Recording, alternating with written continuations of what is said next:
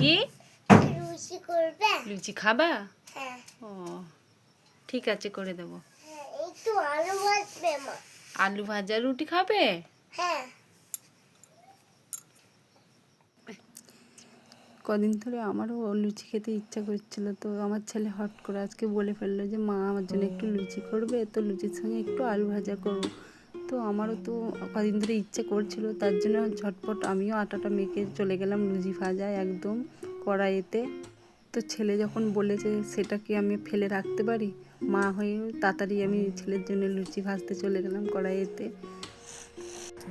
তো আমার কি জানো তো, লুচির সঙ্গে ঠিক আলু ভাজাটা অতটাও মানে আমার ভালো লাগে না। তো আমার ছেলে যেহেতু বলেছে মা একটু আলু ভাজা করবে, তো আমার ছেলের জন্য আমি করতেই পারি। তো লুচিও হয়ে গেছে, এবার আমার ছেলেকে আমি খেতেও দিয়ে দিয়েছি। আজ ভিডিওটা এই পর্যন্ত।